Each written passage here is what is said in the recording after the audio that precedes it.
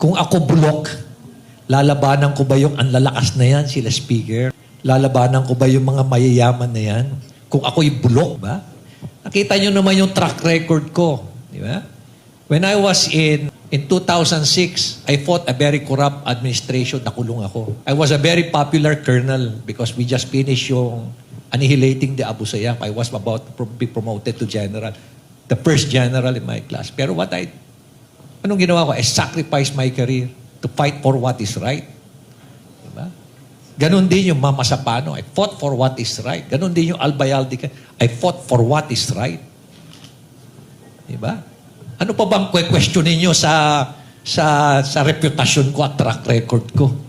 Tapos nanakawin ko yung pera na yan. Diyos ko naman kayo. Pinaglalaban ko na nga kayo eh. Kayo nga ang pinaglalaban ko. Yung mga anak ninyo, mga apo nyo. Sinong gumawa yan? Sa history ng Baguio na pinaglaban kayo. Fighting for what is right for the future of Baguio and for the future of this country. Willing to sacrifice everything. Willing to die for this country. Have you fought the enemy of the state? Wala naman. Diba? Napalalabasin yung bulok ako. Nakakasakit din. Na ipinaglaban ko nga kayo. Nakikipagpatayan nga ako para sa inyo. Nakakasakit din eh. Tao rin ako, Apo.